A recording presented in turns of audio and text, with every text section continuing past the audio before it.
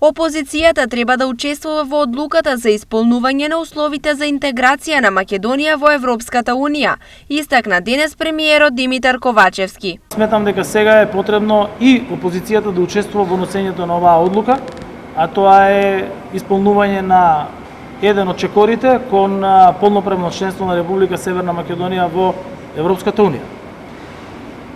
Уставните измени се подготвени од страна на работната група, тоа сите го знаат.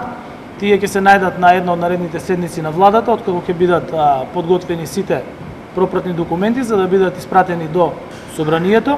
Сметам дека имаме време за да ги донесеме, имаме време за разговор. Премиерот не очекува ценовен шок, односно зголемување на цената на електричната енергија. Јас не очекувам ценовен шок, истото го кажав и при сега веќе преспоследното определување на цената.